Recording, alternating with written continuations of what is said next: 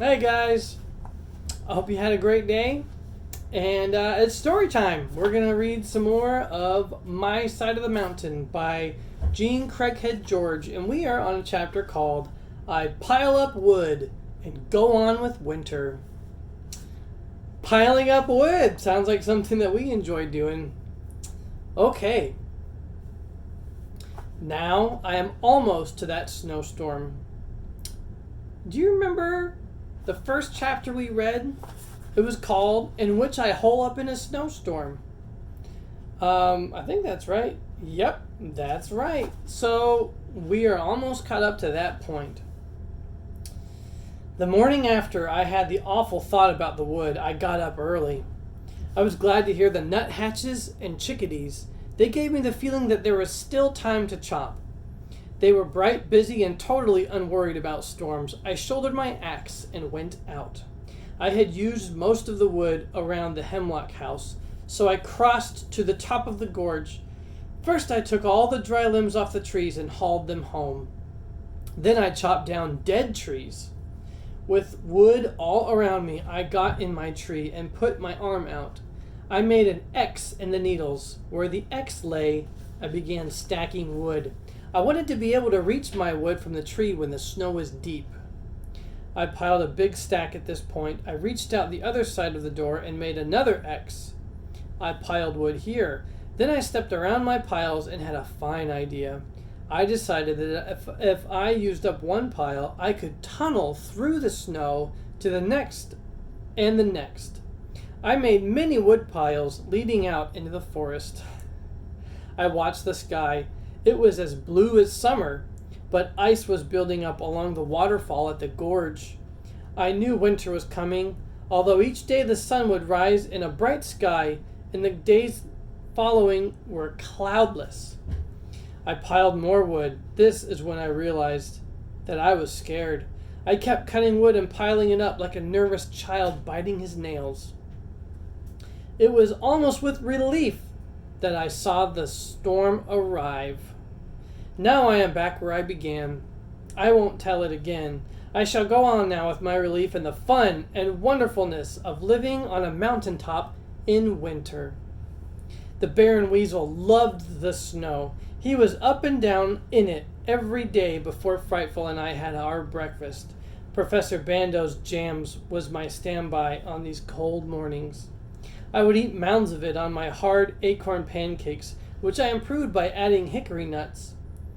With these as a bracer for the day, Frightful and I would stamp out the snow and reel down the mountain. She would fly above my head as I slid and plunged and rolled to the creek. The creek was frozen. I would slide out onto it and break a little hole and ice fish. The sun would glance off the white snow, the birds would fly through the trees, and I would come home with a fresh meal from the valley. I found there were still plants under the snow, and I would dig down to get teaberry leaves and wintergreen. I got this idea from the deer, who found a lot to eat under the snow. I tried some of the mosses that they liked, but decided that moss was for deer. Around 4 o'clock, we would all wander home, the nuthatches, the chickadees, the cardinals, Frightful, and me. And now came the nicest part of wonderful days. I would stop in the meadow and throw Frightful off my fist. She would wind into the sky and wait above me as I kicked the snow-bent grass. A rabbit would pop up, or sometimes a pheasant, out of the sky from a pinpoint of a thing would dive my beautiful falcon. And oh, she was beautiful when she made a strike. All power and beauty. On the ground she would cover her quarry. Her perfect feathers would stand up on her body, and her wings would arch over the food. She never touched it until I came and picked it up and picked her up. I would go home and feed her, then crawl into my tree room, light a little fire on my hearth, and Frightful and I would begin the winter evening. I had lots of time to cook and try mixing different plants with different meats to make things taste better. And I must say, I originated some excellent meals. When dinner was done, the fire would blaze on. Frightful would sit on the foot of the post of the bed and preen and wipe her beak and shake.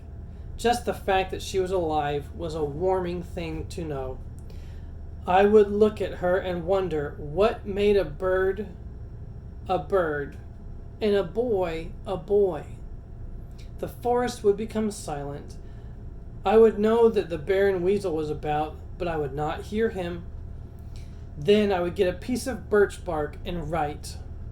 Or I would make a few things or I would make new things out of deer hide, like a hood for Frightful. And finally I would take off my suit and my moccasins and crawl into my bed under the sweet-smelling deer skin. The fire would burn itself out and I would be asleep. Those were nights of the very best sort. One night I read some of my old notes about how to pile wood so I could get to it under the snow, and I laughed until Frightful woke up. I hadn't made a single tunnel. I walked on the snow to get the wood like the Baron Weasel went for food and the deer went for moss. End of the chapter. Well, kids, have a great night. I love you. Bye-bye.